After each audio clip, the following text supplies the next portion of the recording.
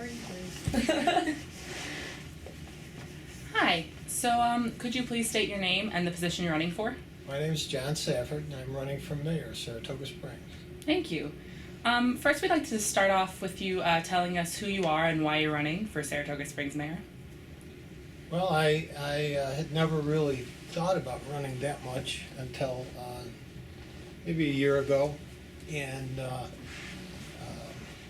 I went to the Republican Party and talked to them about this possibility, and when they said they would endorse me, I was absolutely overwhelmed for the opportunity to use my talents for the city.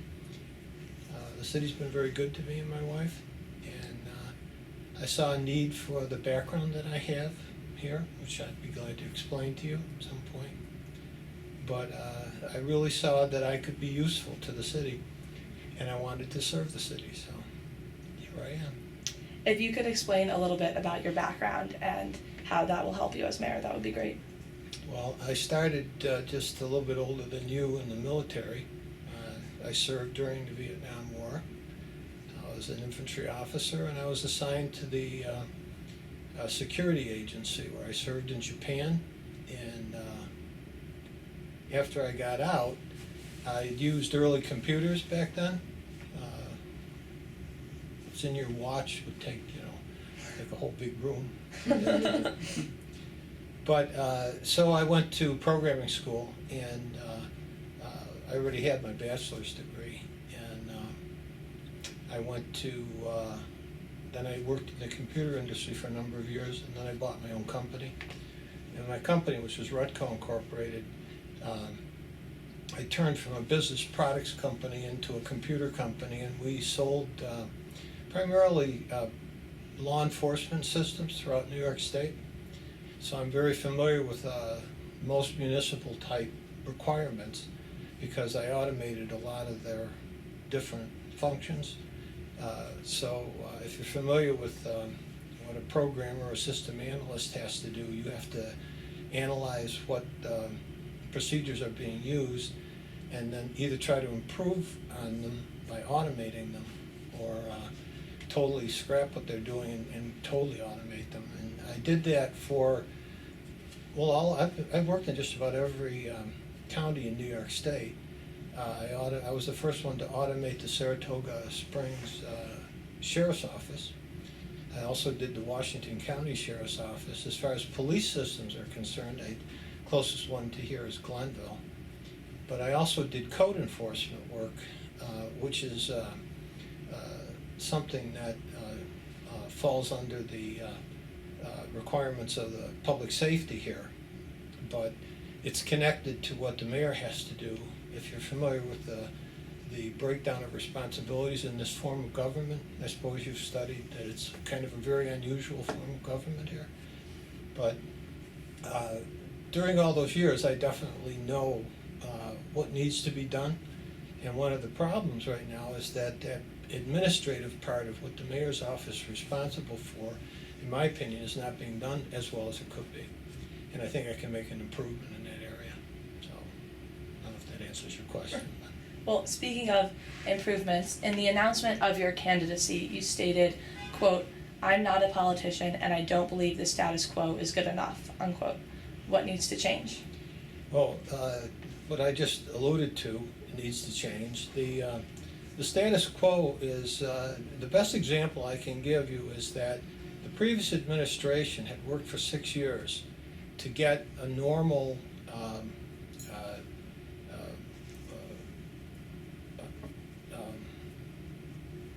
process. If when you apply for a building permit or a sign permit, that process goes through a series of steps. And a lot of it's manual in the system. But in 6 years, they had gotten it down from about 10 weeks to 2 weeks, and now it's back up to about 8 weeks. And the difference is simply administration of that department. And when I say that I can improve something, that's what I'm talking about. Okay. So your Facebook page, which we did some research on before meeting with you, details a 3-point plan for honest government. Yes. What do you mean by that? And could you expand a Well, little bit more? a lot of times what happens, particularly in this form of government, is that there's a lot of kind of politics that go on behind the scenes. And it's not good for the city. But the way that is handled sometimes is in what's called an executive session.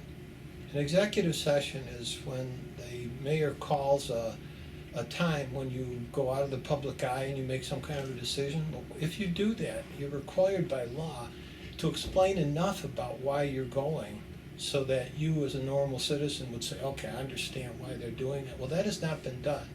In fact, the mayor just recently came out and admitted that that was a problem and has now moved to try and correct it. So I feel, kind of justified for what I said. The other thing is the use of foils.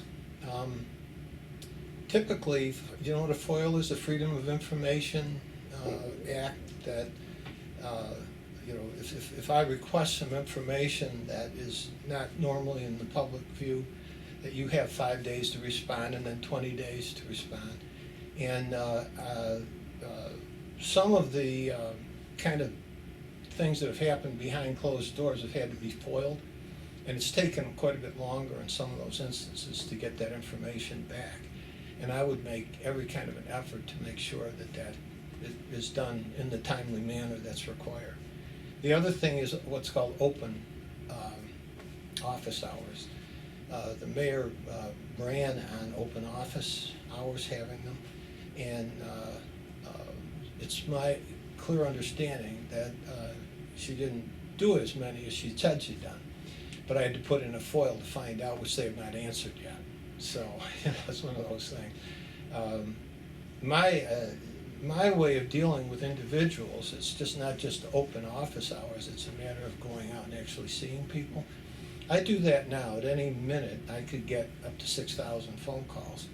Of course, in the city, you're talking, 20,000. But the way that I react to people's needs or questions is to go out and actually talk to them. And I do that a lot right now. You solve a lot of problems by being very direct with people, very honest, very upright. And that's what I've been doing for 15 years with the homeowners associations. To your first point about the private meetings and making the public more aware of why they're happening, how do you plan on ensuring that enough information is being given to people? Well, it's just a matter of procedure.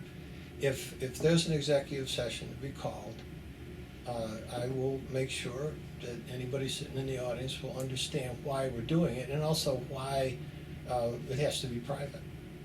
And would you say that opinion that you have is shared by a lot of people within Saratoga Springs right now? Well, actually, I took it off of, I originally got the sense of talking about this from people who were already reporting on it. Like Grid Saratoga has reported on this problem a number of times.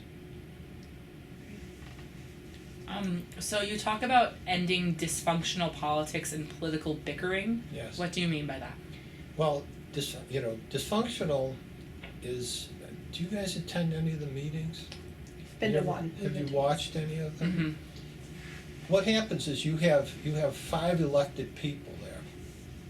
And if you don't have a chairman who understands how a meeting's supposed to run, and not a matter of demanding, but it's a matter of respect with meetings, but they often talk over one another. And that's because I don't believe the mayor's experienced enough to really know how to run that type of a meeting. I've been managing homeowners associations who have boards. I've attended thousands of board meetings, and I've instructed people as to how they're supposed to be run. A lot of people think that Robert's rules are kind of the law, and you have to know it. Robert's rules are just there to give you a guideline to have a smooth meeting. And one of the things that's most important in that is that you have to get permission from the chairman to speak. It's simple, but it gets violated all the time. And then what happens is you get one person, and again, with 5 elected people, it is so unusual to have a government function like this, but you have 5 equally elected people, each with their own agendas, trying to get along. And dysfunction is sort of a process that happens. And what I will do is just make very clear how we're gonna conduct the meeting, conduct it with respect, but ask people to talk one at a time at the table. And if you watch any of the meetings at any time, you'll see it's all over the place. And it's a simple fix, which I think I can bring. And usually this bickering begins when people have some kind of disagreement and some The bickering, you mean? yeah, and dysfunctional politics begins with some kind of disagreement that people feel very strongly about. So how would you go about resolving these disagreements in a much more Well, productive first of all, manner? I think what I would like to see happen is for everybody just to be upfront concerning the political pressures that they feel. As I say, when you have 5 elected people, each with its own vote, each having to be elected every 2 years, you know, the thing that I would just ask everyone is just be upfront about what those pressures are and why you are feeling that you need to either support or not support an idea. A lot of that stuff's hidden now, and not that it will ever totally be transparent, but it can be a lot better than it is now. Great, thank you. So as mayor, you would have the power to establish the top priorities for the city for the next 2 years. Besides some of the things you said about honesty and ending bickering, what would be some of the top priorities of the Safford administration? Well, again, you have to, it's true that you're talking, a true mayor would probably set the agendas for everybody, but the mayor can only set, in this city, can only set the agenda for the mayor's office. Mm-hmm. But the mayor's office has some very interesting things that he or she is responsible for, and that's economic development, the recreation department, senior housing, and then all the property functions, building and planning.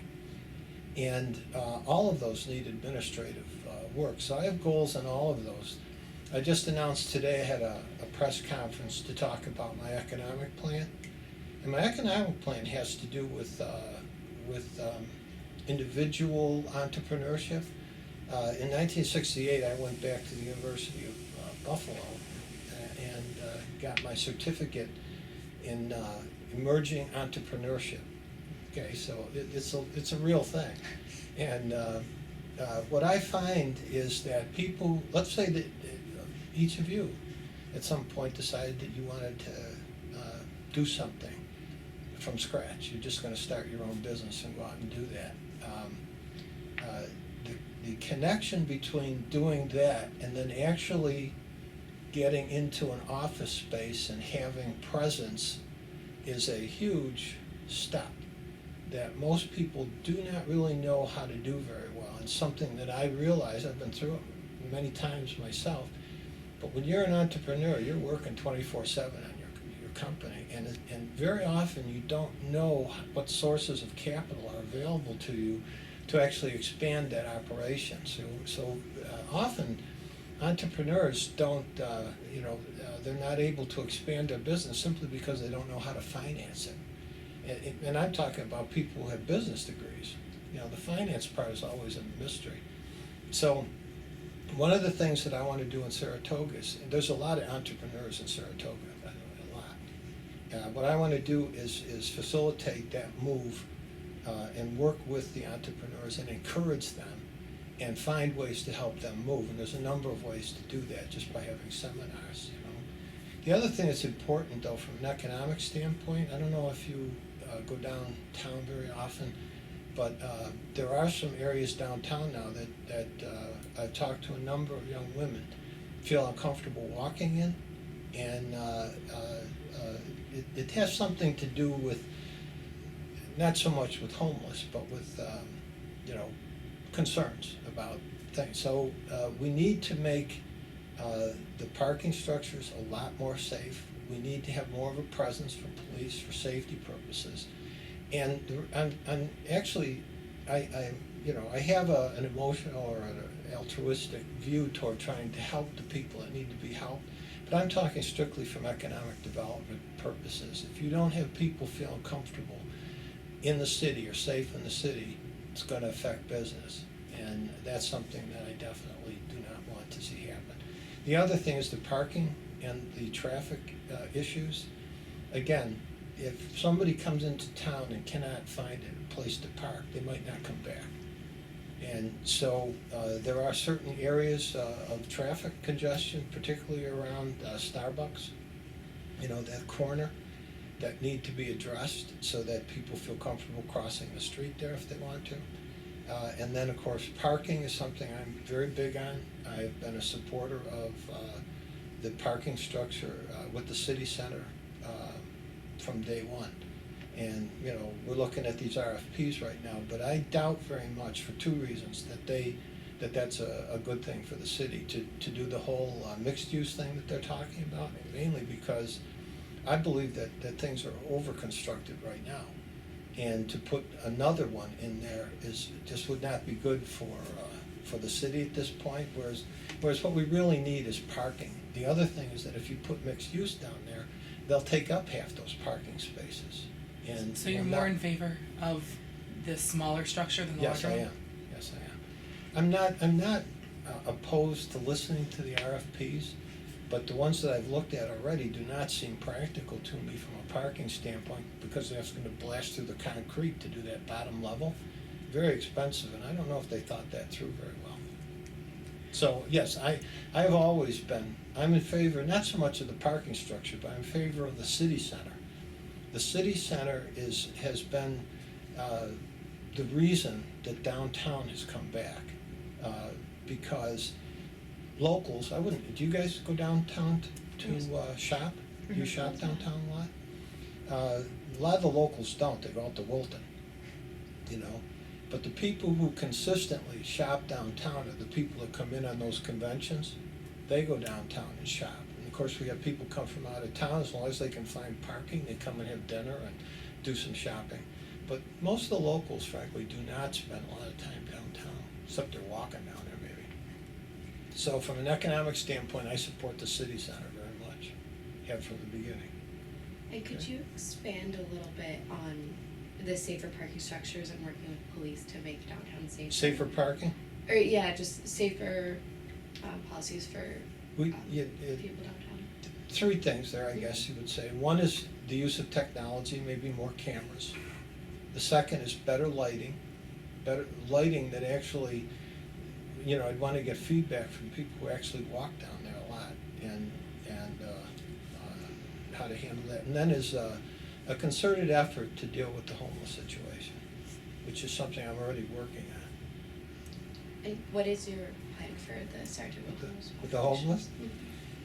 First of all, it's not as simple as a lot of people say. Actually, some of the groups that get so involved in things, I would love to see a group get together and actually find homes for them within our 2,300 homes in Saratoga Springs. Frankly, a lot of the homeless people now, they couch surf, they're staying at different homes of people and friends and that sort of stuff. There's only a very small group of people that attempt to stay outside during the winter time. Code Blue, I think, has been a good thing. There's a lot of people who think it was, the fact that it was announced kind of as a publicity thing, that it attracted more people than, came in, but I don't know if that's really true. There's probably about 30 homeless people, and I've talked to a number of them myself personally. I run a camp, Pine Grove Camp. I'm the trustee there, and we have tried to do stuff with homeless people over the years, but you have to have a program. And I'm very impressed by Mike Finucci at the Shelters of Saratoga. I don't know if you're familiar with them. He does a great job. But they have restrictions, and the people have to be gone during the day. Okay, they can't stay overnight, and that might be one of those 6,000 people who call me that particular moment. But I answer my phone usually. But Mike has already done a lot of good work, but they do have serious restrictions because that's the way they actually find the people who want to get better. and many people won't stay there. There are three types of people. I ran the breakfast program for a very short period of time, maybe 2-3 months when I first got here at the Salvation Army. I got to know most of the homeless people. I still stay in touch with a couple of them that now are into housing, but we did different things like getting bread and giving bread out and that sort of stuff I do now. But I think that the homeless are basically categorized in three. There are truly homeless people. Domestic violence is one of the primary reasons for homelessness. And we have a pretty good program for that. My wife worked with that program for 18 years here, and she just retired.